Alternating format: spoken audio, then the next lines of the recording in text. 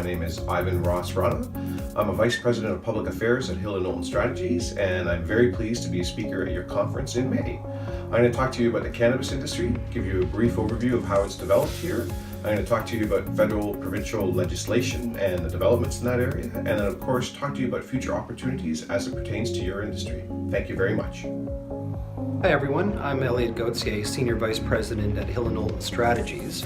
I'm looking forward to presenting Canadians' perceptions on cannabis and the cannabis industry at the Speaking Food Conference. It'll be the culmination of 4 surveys that I've conducted over the last number of years, trying to understand how Canadians feel about cannabis, what impending legalization is going to look like from their perspective, and ultimately bring some insights to you discussing where there could be some opportunities for the food and beverage industry.